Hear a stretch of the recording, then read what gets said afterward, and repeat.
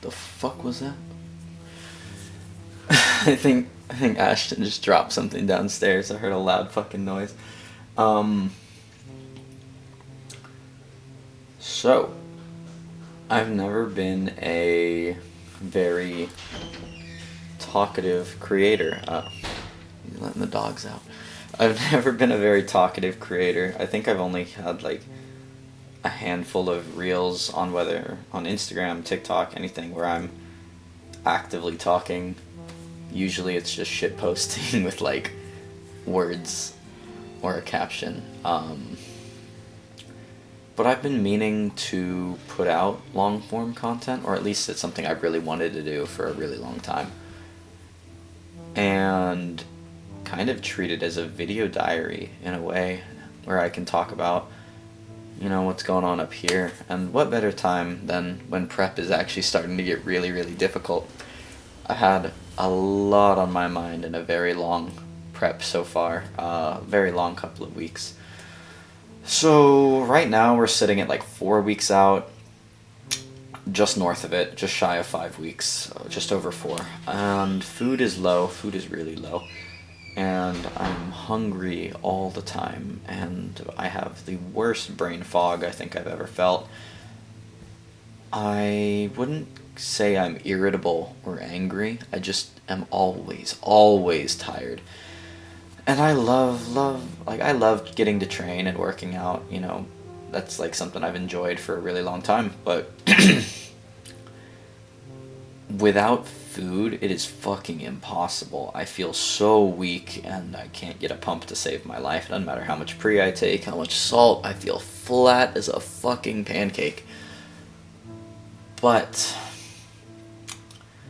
something that I have been sitting with for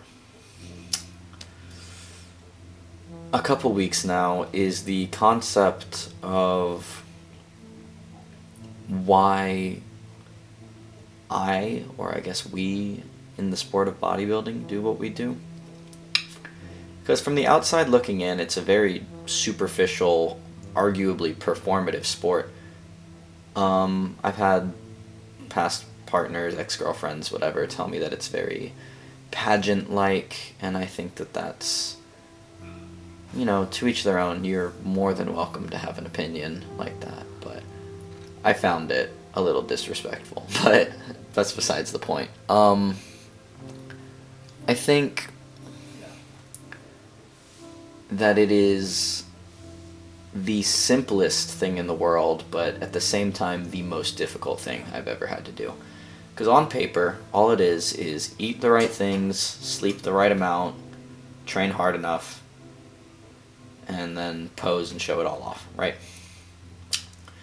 On the surface, that's what it looks like, and that's what we're doing. But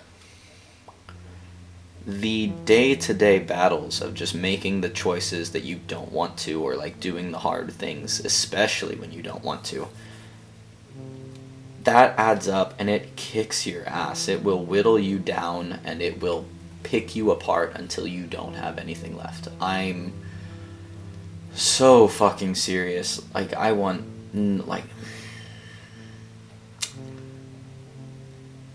I don't mind making sacrifices and leaving things behind, every Saturday for the last 6 months to a year, every Saturday night, this is what I'm doing.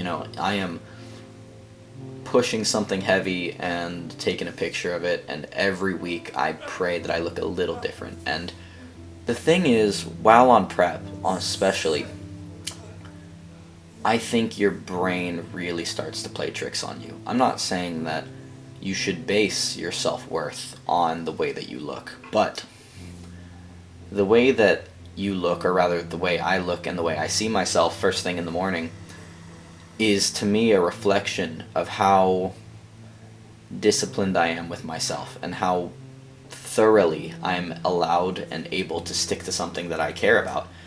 And if it's not meeting the expectations I've placed for myself, or if I can tell that I'm letting my coach down or somebody else down, they're like, everybody,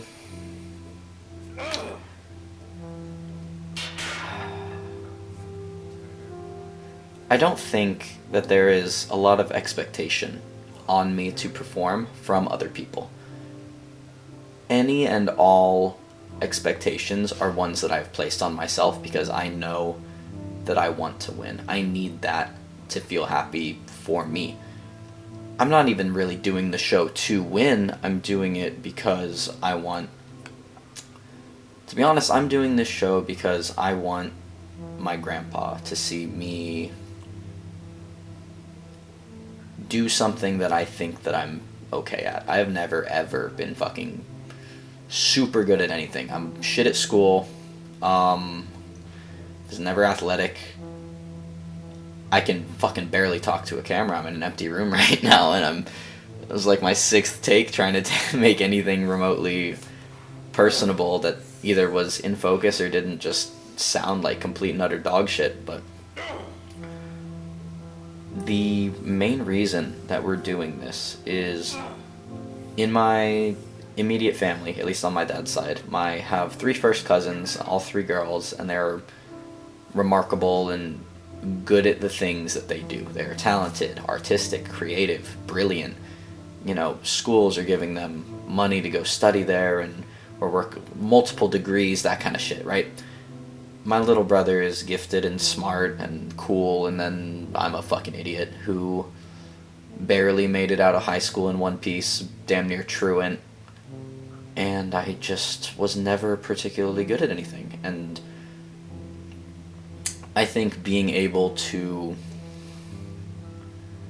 prove myself wrong and stick to something that is difficult from the outside looking in, and being very regimented and disciplined for yourself and for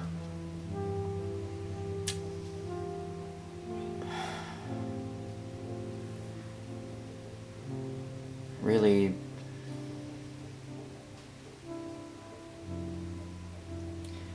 I think what I'm trying to do is prove myself wrong, I guess, because for a really long time I had a lot of very prominent I wouldn't go so far as to say poor self-esteem, but I would compare myself a lot to other people in my life or that I'd see online, and I just was never comparable and never could do enough.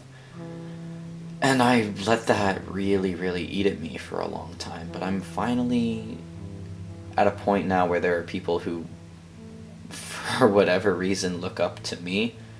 I don't know, like I'll get a DM or a comment on Instagram, and it is some kid that genuinely looks up to me and wants to have a conversation with me, of all people. Like, on one hand I'm flattered, but on the other, like, fucking why? Until,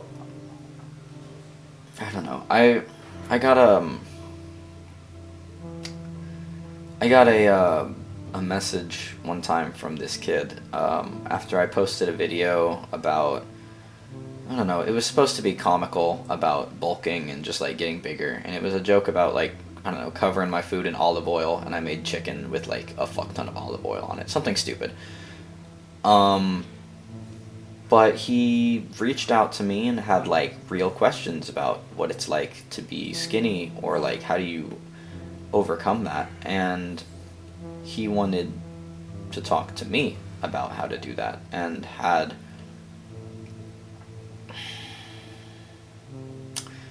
it makes me really sad because I don't know what he's up to now, and I couldn't find the message thread. I think his user got deleted or whatever, but this kid was coming from a position of food scarcity and talked to me about how he wanted to grow and be strong for himself and those around him, but he was actively living off of food stamps, and he lived with his mom and did not have his dad wasn't around, but he was living off of food stamps. And I talked to him over Instagram for maybe half an hour, 45 minutes maybe, about cost-effective kind of food alternatives if you're trying to add some size. And I would keep up with this kid for weeks and weeks, and we would talk until we didn't. I don't know what happened to him, and it makes me sad because I don't know what happened to him. I really hope that I made an impact in some way, shape, or form on this person. That's the one that like really, really sticks out to me the most. But there's a quote that It's gonna sound really fucking pretentious, but my senior quote, if you find my old yearbook, or can find it, was it's a quote I wrote, and it's "Be the person you wish you met sooner," and it was something that I said or thought was hard at the time, and still do. I think these are great words to live by. Probably the smartest thing I've ever said. Granted, like, that's not saying much, but the idea is there are people in your life who you will get the pleasure of meeting, and I think with and from everyone you meet, there is something that you can take away from them. Not in like a physical take their stuff kind of way, but there are elements to their character, decision making, and really general life skills and advice that you pick up from the people that you meet. And I think it's your obligation as a human being to kind of take these as souvenirs from the people that you meet in your life and walk away with them having grown and having become a better person as a result. Anyway, with that quote, "Be the person you wish you met sooner," the closest embodiment of that is one of my best friends, if not my best friend. His name's Jesus, and I met him my freshman year of college. He just walked up to me at the rec center and handed me a fucking energy drink and was like, "Yo, let's hit chest." And that was it. And yeah, now he's my boy. But no, I think I met him, I would have been 18. He was 21, 22. Yeah, 22, so about a 4-year age difference. Which is the same difference between my little brother and I. So he's kind of the closest thing I've had to an older brother. Or a figure of such, I guess. And he really took me under his wing and helped me kind of navigate college life, at least my first 2 years. And then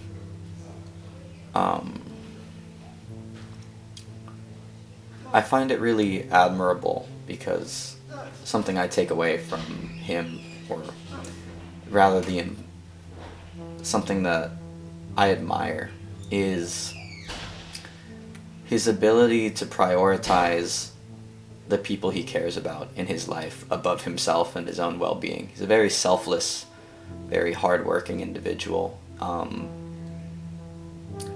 And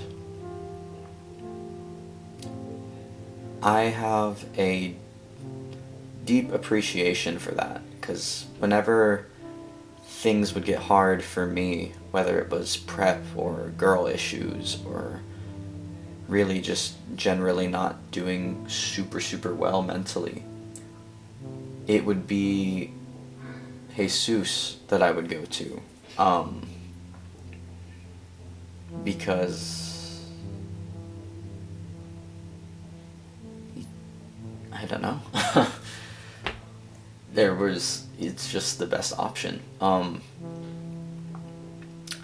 want to be that for other people, in that I want to be that big brother. I want to be that mentor of sorts. Is he perfect? Fuck no. I think the biggest thing that I was able to take away from Jesus, and the biggest kind of thing I admire about him, is he's not afraid to admit, like, yeah, I've fucked up in the past, I've done some stupid shit. Let me tell you about these experiences so you don't have to make the same mistakes that I did. And I feel like he's kept me out of a lot of trouble, but also gotten me into more. So, I don't know, give and take, right? But the constant, the controlled variable with him and I guess our dynamic is there's a level of accountability between the two of us, even though like he took a job on the other side of the country, so he's primarily out in Arizona, like out west, and I'll maybe get to see him once a month if he comes back to Texas for whatever reason, whether it's a flight or some event. But despite him being hundreds of miles away, he's still the person out of my immediate like close friends that I see and interact with the most. Like he'll make time to have a phone call with me or just help me keep my head straight. Like when prep gets rough, he's the one that's like, hey, shut the fuck up and do it. Like, I want to see you win. And I think surrounding yourself with people that really want to see you succeed is one of, if not the primary reasons I've been able to keep going and keep moving forward. Not for me, but because there are people I know I really want to make proud, and show that I can be someone worth being kind of, I want to be someone you can take pride in calling your friend or your brother or your cousin or your grandson. And I don't have a lot of reasons for people to do that at the moment. But that doesn't mean I won't forever, you know? I don't know. We'll see in a month how I perform on this stage, and I guess we'll know then. But in the meantime, I really, really appreciate y'all for taking the time to watch my video.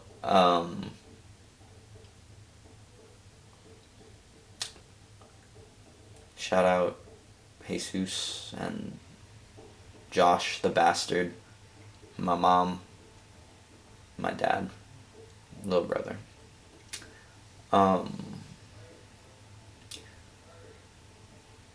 Yeah, if you took the time to watch this all the way to the end, I'm deeply, deeply appreciative.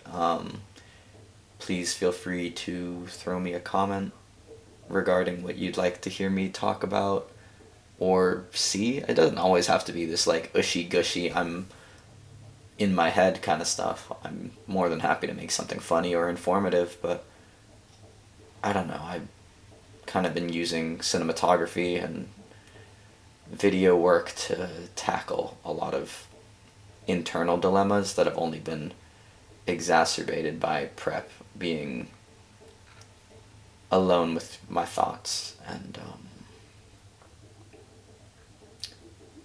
kind of using this as an outlet. Hopefully hopefully it's not the most depressing thing in the world, but it was.